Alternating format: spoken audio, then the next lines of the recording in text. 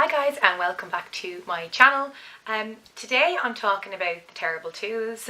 Honest to God, it's like as if Billy turned two and woke up and checked his little itinerary of childhood and said, okay, I'm two now, time to shake things up here a little bit. I have found this phase of parenting to be the hardest. Harder than newborn days, harder than struggling to breastfeed, harder than going back to work and trying to get him to take a bottle, harder than weaning, harder than everything. It's so challenging. But equally, it's been so utterly amazing. It's been like having this best friend beside me all the time, this little dude who just wants to just play and laugh and cuddle and kiss and sing, and who just kind of shows me what life is all about.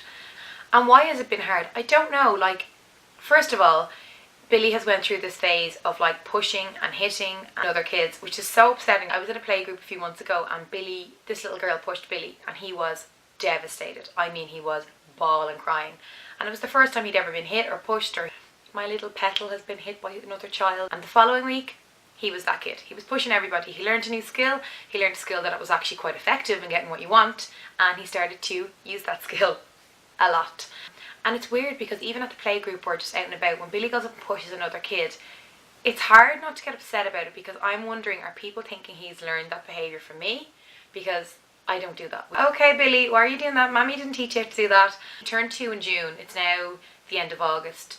And the pushing is kind of 90% better than it was. But it got to the point there where there was kind of no point in going to the playground, there was no point in going to the playgroup, because I was an absolute stress pot. I was so stressed because he just kept doing it.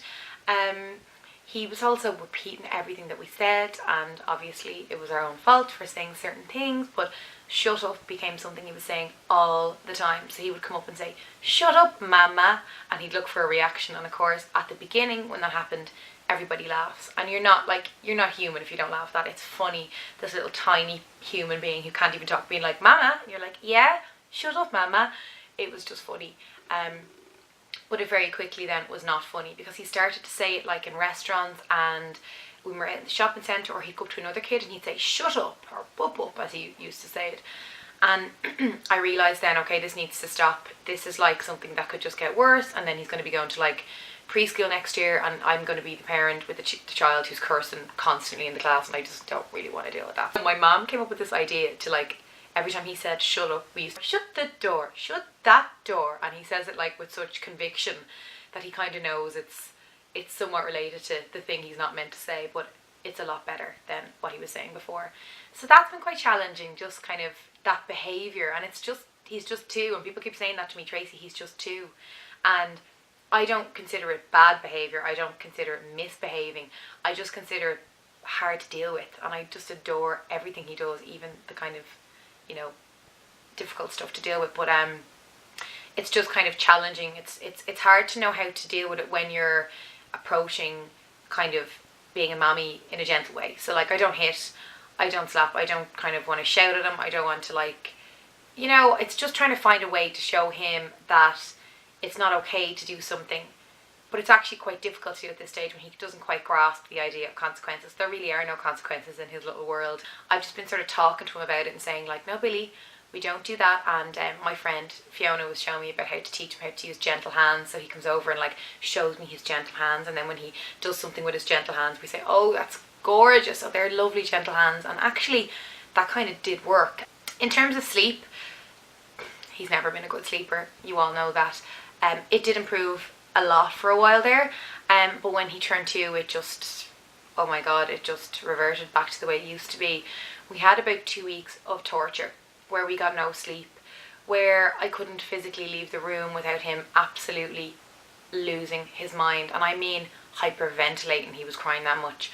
I just went straight into him, but he was so scared. It was like as if we think he was having night terrors, because he was just, he'd wake up in a panic and he'd stand up straight away and scream, mama, mama, mama, and it was like as if something was scaring him. Very upsetting for everybody involved. So we just took him back into the bed, as we generally do in these situations, and it went on for about 2 weeks where it was really crap, and then it just improved. And it's hard in those situations to kind of remember that this too shall pass, but it did pass. Never expect the bad sleep. It's like as if good sleep comes along and you sort of take it for granted and it's just a given in your life. But then when you get a bout of bad sleep, it is just so shocking that I think it takes you 2 or 3 days to sort of accept that it's happening. Because I would have a plan, for example, I work in the evening, so when Billy goes to bed, I have to have a couple of hours of a work block and just kind of get stuff done. And for about 2 weeks there, I couldn't do that. I just couldn't do it because I couldn't do it while he was in bed beside me, because as soon as he saw the light on the computer, he'd wake up. And I couldn't stay downstairs because he was just screaming for me. So I had to sort of get up really early. Like, so if I knew he was going to get up at 6, I was kind of getting up at like 5 and sitting up in the bed for an hour and getting my work done. But like, you got to get your work done. I had deadlines, I had articles to write, I have bills to pay. That is my job, and it's not a 9 to 5 situation, so I have to work at every opportunity that comes my way. So I found that more tough than anything. So on the flip side, I could just go to bed with him at 8 o'clock and sleep for the night, and he would sleep for the whole night then, which was amazing. But then the other side was I was having no downtime. I wasn't having any kind of quality time with Peter. My meals were all over the place. I wasn't having that like much needed cup of tea in the evenings, and most importantly, I just wasn't getting the work done at the times that was kind of suiting me better. But anyway, it passed, and thankfully his sleep is a lot better. He still doesn't sleep through the night or anything like that, but he sleeps a lot better. He sleeps in his own cot for a couple of hours at least in the evenings. He might be in our bed from 11 or 12 and he'll sleep soundly till the morning. He might not be. Maybe once every 3 weeks he sleeps through the night. You know, like all things, if I got a heads up when that was going to happen, I think I would enjoy it a lot more. I would plan to do something that night, or I'd just go to bed a bit later and kind of enjoy watching a film with Peter or something. But in general, they come along as a big surprise. I never expect those nights, but I won't complain. They're always a good thing. Still really good eating wise. He loves his grub. But like, it's funny, people say to me, Billy's such a good eater, you're so lucky. And I usually say, Billy's a good eater, but he's not a good sleeper. So every child has something. But like, he is a good eater in the sense that he'll eat anything, and like he eats loads of veg and fruit and like fish and pasta, gnocchi, rice, whatever we're having he eats. But it's not a case of putting the plate in front of him and he'll just happily eat his dinner from start to finish. Not at all. I have to do all the tricks of the trade. I have to like give Fireman Sam a spoonful of food. I have to give then his little truck a spoonful of food, and then Billy will have one. I have to say, oh, don't eat that now, and then he eats it. I have to tell him to show me how his muscles get big. As soon as he sits down to his meal, he says, don't, and that means he wants to get down. He doesn't want to sit there and eat because it's boring. So the taste of food is great.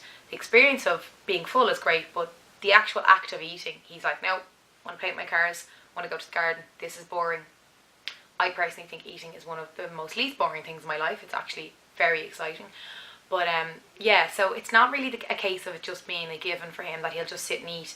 Same as when we eat out. It's not like he just sits at a table and just happily kind of eats his meal as we kind of have our dinner, and it's all very relaxing. It's not relaxing. But I am grateful that maybe that it's, at least if I use the tools, he will eat good meals. And that's reassuring, because it's a huge worry for people. And I have a lot of friends that have really, really fussy eaters, and it's very stressful. Running around a lot more. We don't use the sling as much these days, which is kind of weird. I used it a couple of times the last few weeks, but rarely. Just walking a lot. And we have a little reins, which I said I would never use, but sure, look, anything to keep your child from running out in front of a truck is the way I like to tell people. It's not a lead.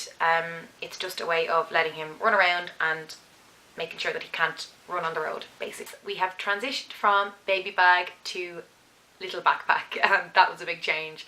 The baby bag we had was a big one. I loved it. It was just fab. It was one of those, I think it's called Yummy Mummy bags. I was in a toy shop the other day and they had Teenage Mutant Ninja Turtle little school bags for kids going back to school, and they were reduced from like €9 to €4, and I just said, you know what, it's time.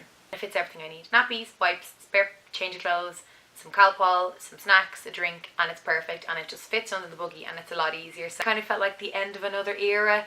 You know, we're not breastfeeding anymore, we have no baby bag anymore. My baby has just overnight become a little boy, and it's to be expected, and it's amazing to see him growing and learning and becoming this little person. But it's so bittersweet. It's like every change means he needs me a little bit less, and that's kind of hard to accept. He's the best company in the world. He is the best crack. He laughs at everything. He makes me live in the moment, not stress as much. Just my best friend. So thanks a million for watching, guys, and I'll see you in my next video with my next update, and I'll see you soon. Bye.